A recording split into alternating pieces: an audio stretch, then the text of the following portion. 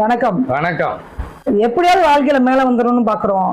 இந்த ராசிக்கர்கள் எல்லாம் போட்டா அடுத்த நிலைக்கு வருவோம் அப்படின்ற மாதிரி எல்லாம் சொல்றாங்க இல்லையா? எந்த ராசிக்கு எந்த ராசிக்கர்கள் போட்டா நல்லா இருக்கும் அப்படின்றத கொஞ்சம் நீங்க சொன்னா நல்லா இருக்கும். அதாவது ஒவ்வொரு கிரகத்துக்குமே ஒரு ராசிக்கல் வச்சிருக்காங்க.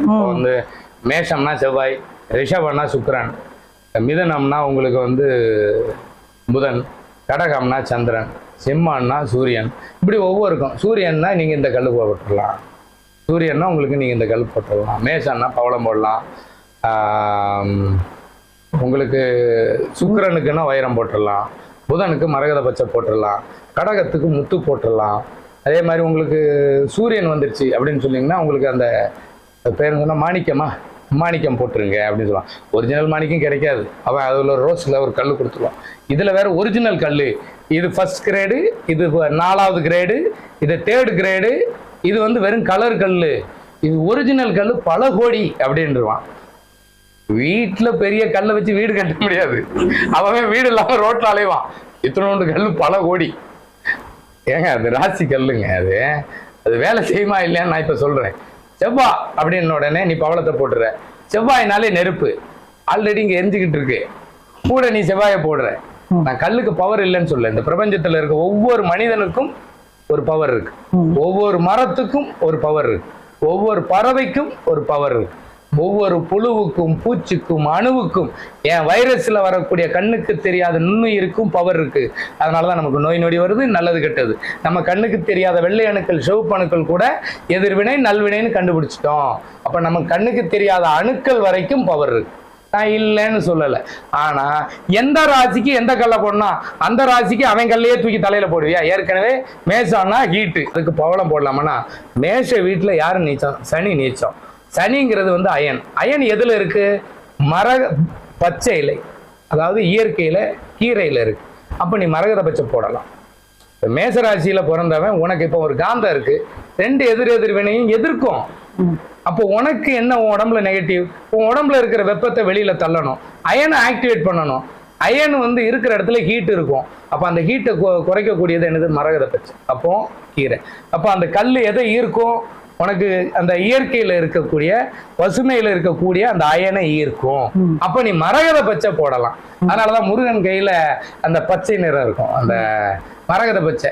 அதாவது முருகனுக்கு மாமன் இல்லை, மருமகனே திருமகன். அப்போ முருகனுக்கு பலம் அவன் மாமன் கடல் அப்படின்னா புதன், மரகத பச்சை. அடுத்தது சுக்கிரன். சுக்கிரனுக்கு வந்து என்ன இது போடலாம்னா சுக்கிரன்னாலே குளுமை. சுக்கிரன்னா குளுமை. உங்களுக்கு இந்த செவ்வாயும் சுக்கிரன் சேர்ந்தா அவ்வளவு ஒரு யோகத்தை கொடுக்கும். அப்போ அந்த இடத்துல ராகு கேது நீச்சம். இதுல ரிஷபத்துல ராகு கேது நீச்சங்கும் போது நீ என்ன பண்ணலாம்னா அதுல பவளத்தை போடலாம். ஏன்னா பூமியில தான் ஒரு உயிர் தனிக்குது, பூமியில தான் இருக்கு. அப்ப ராகு கேதுங்கிறது அதுக்குள்ள அடங்கிறது, எது? பூமியில. அப்போ ரிஷபத்துல பிறந்தவன் பவளம் போடலாம், அது அவனுக்கு ஒரு பாசிட்டிவ் எனர்ஜி கொடுக்கும். இது எல்லாத்துக்கும் பொதுவான பலனே. அதுக்கப்புறம் மிதுனம், இது காற்று ராசின்னு சொல்லிடுவான். மிதுனத்துக்கு அதிபதி எது? புதன். 7ஆம் இடம் யாரு? குரு. இப்ப இந்த வீட்டுல வந்து மிதுனத்துக்கு அதிபதினா மிதுனம் 2 வீடு இருக்கும். நான் சொன்னது சுக்கிரனா இருக்கிறதுக்கு 2 வீடு இருக்கு, அதே மாதிரி மேஷத்துக்கும் 2 வீடு இருக்கு. இதுல மேஷங்கிறது செவ்வாய் உச்சம், விருச்சிகத்துல செவ்வாய், மேஷத்துல செவ்வாய் ஆட்சி, விருச்சிகத்திலையும் ஆட்சி. ஆனா விருச்சிகங்கிறது கடலை குறிக்கும், விருச்சிகங்கிறது கடலை குறிக்கும். அப்போ நீ விருச்சிகத்துல இருந்தா நீ முத்து போடலாம், முத்து.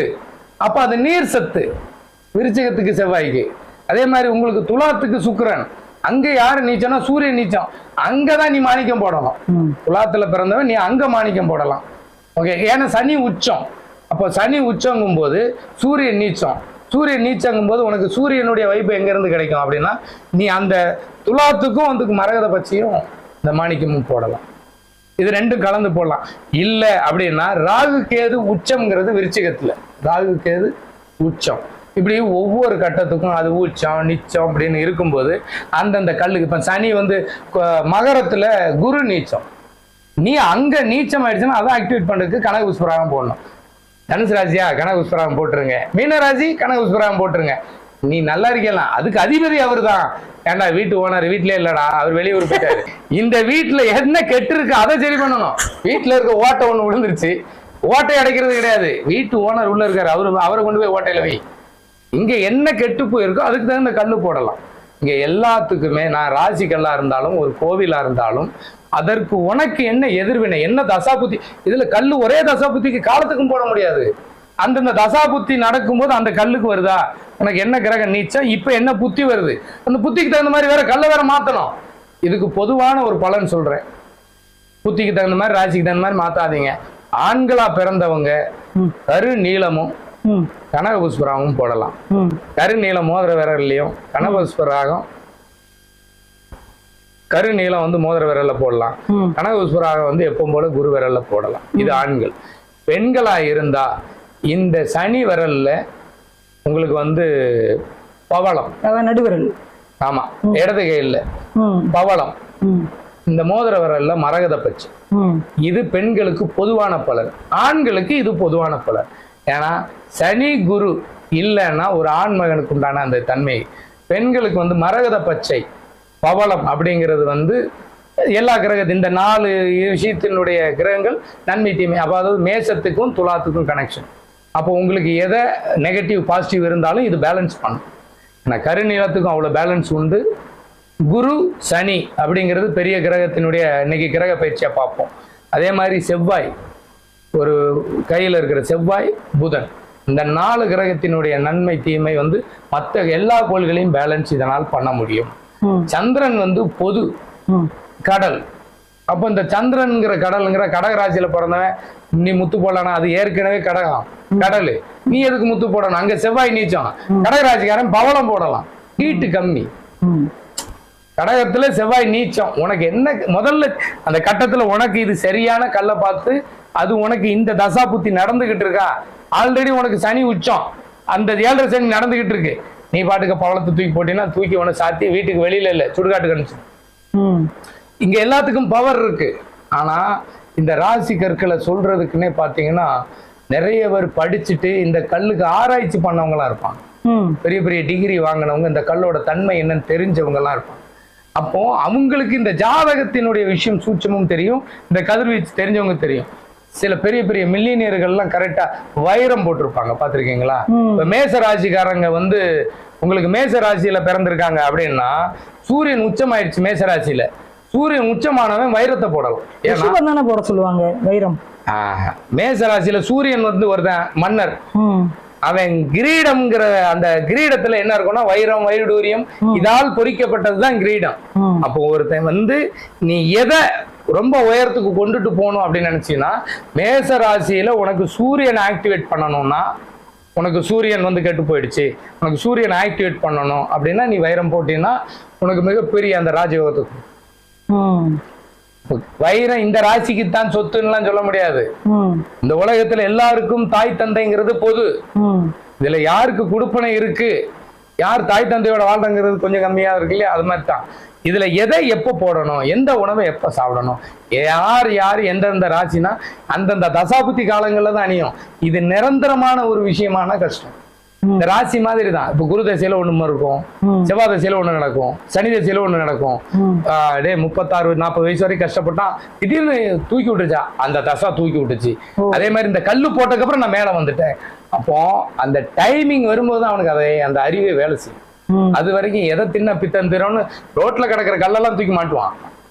கையில பாம்பு விரல், பாம்பு மாதிரி மோதிரமா, 10 விரலுக்கு மோதிரமா, உங்களுக்கு கழுத்துல அதான் சொல்ல இந்த இப்போ கருங்காலி கட்டை பயங்கர ஃபேமஸ்.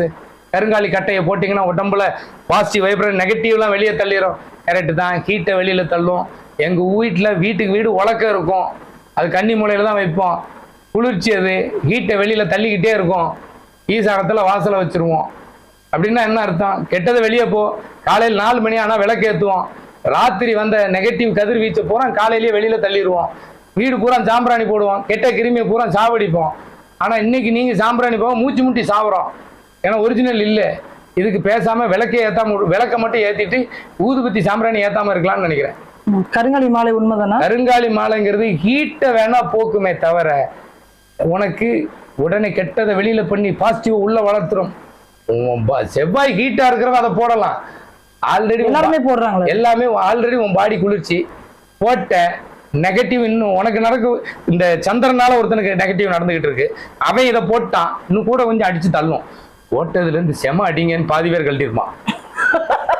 அதாவது யாராவது ஒண்ணு இப்ப இந்த இடையில வந்து ஆமை மோதிரம் போட்டா நல்லதுன்னு சொன்னான். அன்னைக்கு ஆமை பூந்த வீடு விளங்காதுன்னு சொன்னோம். அப்படின்னா ஆமை மெதுவா நடக்கும். டேய் ரொம்ப சோம்பேறியா இருந்தா வீடு விளங்காதுன்னு அர்த்தம். இவனுக்கு அதெல்லாம் தெரியாது. ஆமையை போட்டா நான் நல்லா இருப்பேன், ஆந்தை பார்த்தா நல்லது. நான் நைட் எல்லாம் முழிச்சிருந்த ஆந்தையை பார்ப்பேன். அந்த மாதிரி ராத்திரி நேரம் கொட்டை கொட்டை முழிக்காதரா, உடம்புக்கு கேடுன்னு அர்த்தம். எப்படி ராத்திரி நேரம் முழிச்சிருந்தா உடம்புக்கு கேடு. அதனாலதான் ஆந்தையை பார்த்தா கெட்டது. ஏன்னா நீ ராத்திரி முழிச்சிருக்கேன்னு அர்த்தம். ஏன்டா ஒவ்வொன்றுக்கும் அர்த்தம் இருக்கு. அர்த்தம் புரியாம வாழ வேண்டியது. நாங்க இப்படி தாங்க. நாங்க யார் என்ன சொன்னாலும் இதை சாப்பிட்டா நல்லது, தேன் இனிக்கும் தான், அதுக்காக தேன் கூட்டில் போய் கை வச்சிருவியா, கொன்றும் உன்னை. ஏன்னு கையில எடுத்து கொடுத்தா நான் கீழ்த்திரிவேன்.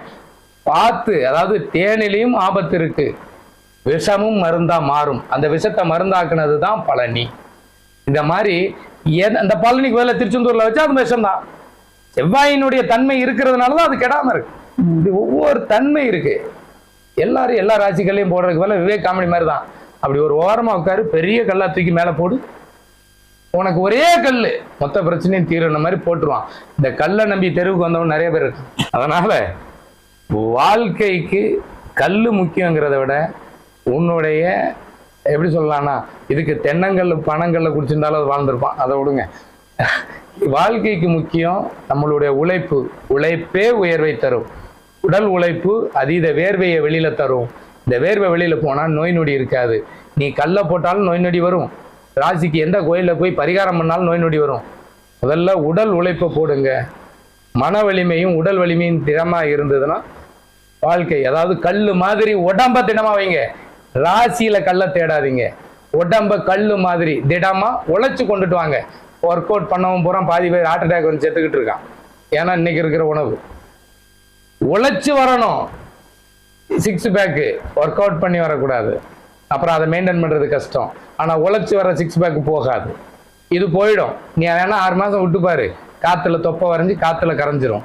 என்னைக்குமே இயற்கை இயற்கை தான், செயற்கை செயற்கை தான். அதாவது இயற்கைங்கிறதுனால சொல்றேன், இயற்கையில வந்து வரக்கூடிய எந்த ஒரு விஷயமும் நமக்கு வந்து சேட்டலைட்ல இதுல இருந்து வர்றது எல்லாமே செயற்கை. இந்த கடிகாரம் இருக்குல்ல, கடிகாரத்துல நிழல் கடிகாரம்னு தினமும் வைப்பாங்க. தினமும் அந்த நிழல் கடிகாரத்தை நம்பி ஜாதகம் பார்த்தது பொய்யே ஆகல. இன்னைக்கு என் டைம் ஒண்ணு, உங்க டைம் ஒண்ணு, டாக்டர் குறிக்கிற டைம் ஒண்ணு, கம்ப்யூட்டர் ஒரு டைம், கம்ப்யூட்டர் போட்டிருக்கா இல்லையான்னு உனக்கு தெரியாது. ஜாதகத்தாமே ராசி நட்சத்திரம் போனா பக்கத்து வீட்டுக்காரன் சொல்லுவான் இந்த ராசி கிடையாதுங்க, இது வேற. அந்த ராசி நட்சத்திரம் சரியான்னு பாக்குறதுக்கு உனக்கு நேரம் இல்லை. ஏன்னா இங்க நேரம் சரியில்லை. இதுவே உனக்கு நேரம் சரியில்லைன்னு தான் அர்த்தம். அப்ப நீ என்ன பண்ணணும்னா, நிழல் கடிகாரங்கிற சூரியனுடைய நிழல் நிஜ கடிகாரத்தை நம்பு. நிழலை நம்புனா வாழ்க்கை, நிஜத்தை கடைசி வரைக்கும் பார்க்க முடியாது. அது எங்க இருக்கு? சோழர்கள் காலத்துல வந்து கல்லுல வச்சு சூரியன் உதிச்சு வர்ற நிழலை வச்சு கடிகாரம் போடுறாங்க. அது நிறைய நம்ம முன்னோர்கள் இடத்துல அது எப்படின்னா கண்காட்சி பொருளா இருக்கு. அதெல்லாம் கண்காட்சி பொருள். ஏன்னா ஒரிஜினல் பூரா கண்காட்சி பொருள். தேவையில்லாத பொருள்லாம் நமக்கு கண்காட்சி பொருள் கிடையாது, காட்சி பொருள். அப்போ இவன் கடைசி வரைக்கும் நிழலை நம்பி நிஜத்தை மறக்காம முடிஞ்ச வரைக்கும் மாறுங்க. இல்லைன்னா ஏமாந்துட்டு தான் இருப்பீங்க. நிழல் பல வகையில் ஏமாற்றும்.